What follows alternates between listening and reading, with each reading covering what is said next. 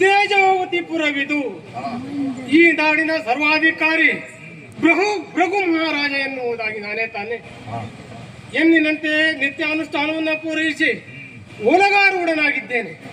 ಹೊಡೆದಿದ್ದೇನೆ ಈರ್ವರ ಗಂಡು ಮಕ್ಕಳನ್ನು ಸತ್ಯಶೇಖರ ಸತ್ಯಸೂರಿತ ಎನ್ನುವುದಾಗಿ. ಸ್ವಾಮಿ, ಏನಾದರೂ ವಿಶೇಷ ಉಂಟು ಅಂತಾದರೆ ಅದರ ನಿರೀಕ್ಷೆಯಲ್ಲೇ ಇರ್ತೇನೆ.